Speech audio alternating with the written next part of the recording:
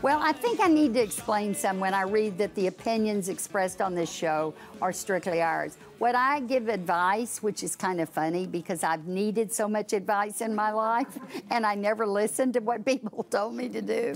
I always kind of muddle through on my own. I am not a therapist. I'm not licensed in any way. I've just been to therapy and I've had so many failures in my life that it's easy for me to see where I went wrong. And living as long as I have, it's easy for me to have time to work through that and try to do it differently. So let's look at today's letter from Annabelle. Dear Susie, my 19-year-old daughter is home from her freshman year at college, and it's like she's a different person. We're fighting all the time. She's undermining every decision I make. I can't seem to get any control over her while she's under my roof. I realize she's an adult now, sort of, but this behavior is ridiculous. She's about to find out what it's like to be on her own if things don't change.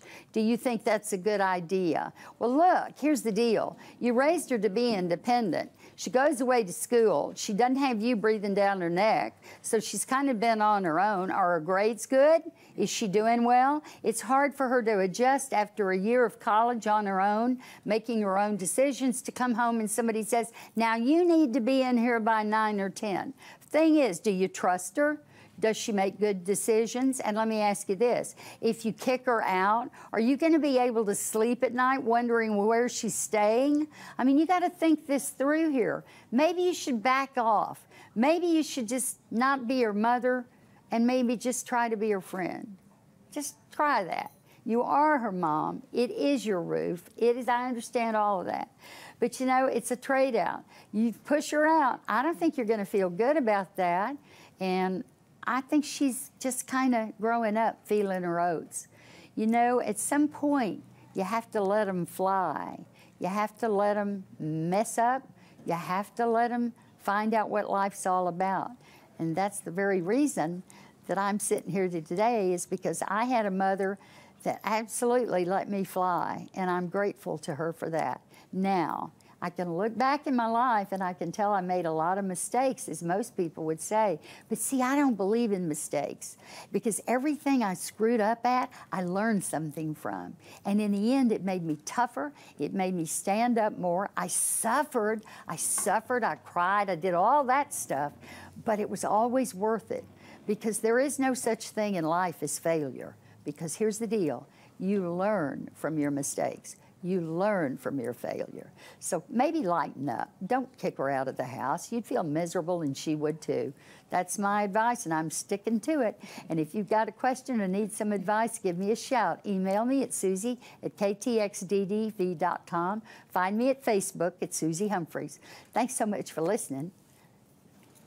Always give good advice, Suze. Awesome. Even though I know you always preface it with, I don't know anything and don't listen to me, and you do always have great advice. I've just lived a long time. I think that's it. I think that's it. I think my mom and I had moments like that. You know, I think any mother and daughter have had moments like that. They where, do. Yeah, where things change.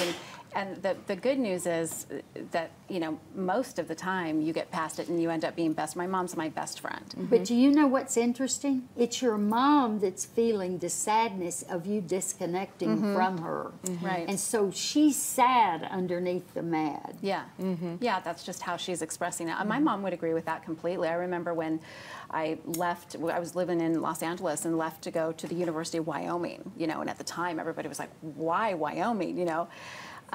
And I remember my mom helping me pack up the car, and she was crying, and it was just, but she was so mad at me. She acted so mad that I'd made this choice, and she was mad crying. But you know, if you ask her now, she would say exactly what you just said, that it was just that moment for her. She was so sad and didn't know how to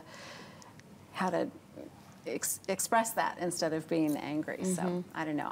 Yeah, anger is a good cover-up in so many cases. I'm so mad, when what you're really saying is I'm so hurt. I'm hurt. Yeah, yeah. I've done that. Good advice, Suze. We just love you.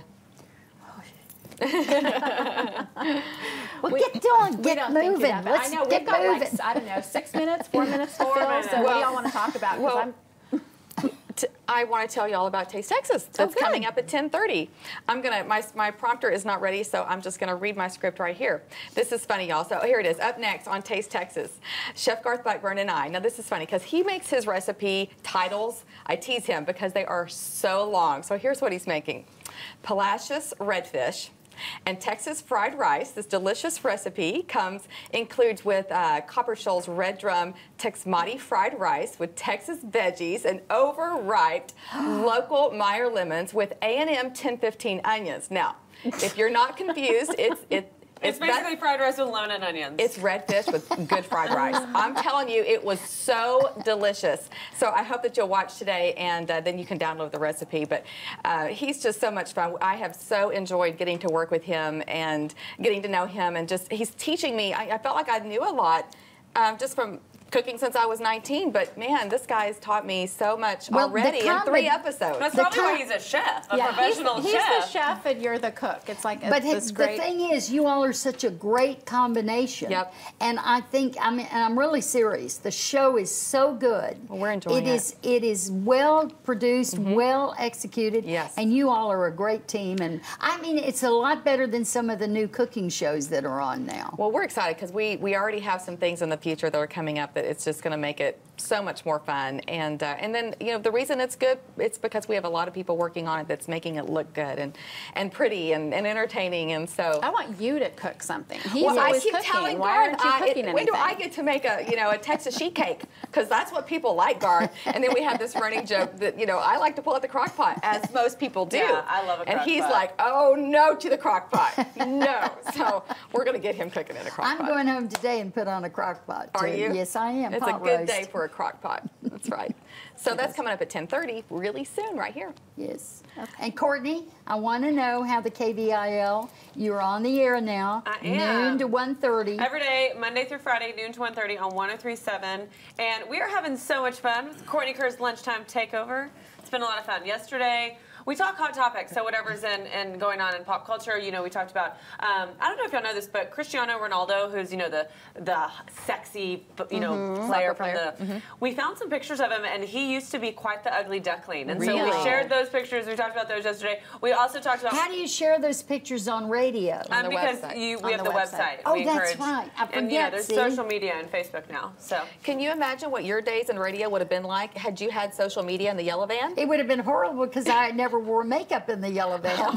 And so we talked about that yesterday. We also talked about Miley Cyrus's little sister has a new job. She's in charge. She's basically the crotch cop. She's making sure that Miley's private parts are staying intact in concerts. It takes somebody to do that? Yeah. It takes a village. I want her to go off and do her own thing. So we talked about that on the show. So we're talking about a lot of hot topics, and people are calling in and sharing, you know, kind of their funny stories. Are you enjoying this new medium? This is totally different than television. It's a lot of fun. It's a lot more relaxing, I feel like. Because you don't have to be so self-aware of, like, sitting up straight and, you know, is my hair okay? And can you see my cellulite? And you know, up until I came here, I was doing radio on 2 stations every week. Yeah. So it's a total different feel, but it's fun. It's a lot of fun. Yeah. It's been really, really, really gratifying. So I've enjoyed it. Awesome. We've had a great day, y'all. We'll see you back here tomorrow. Oh.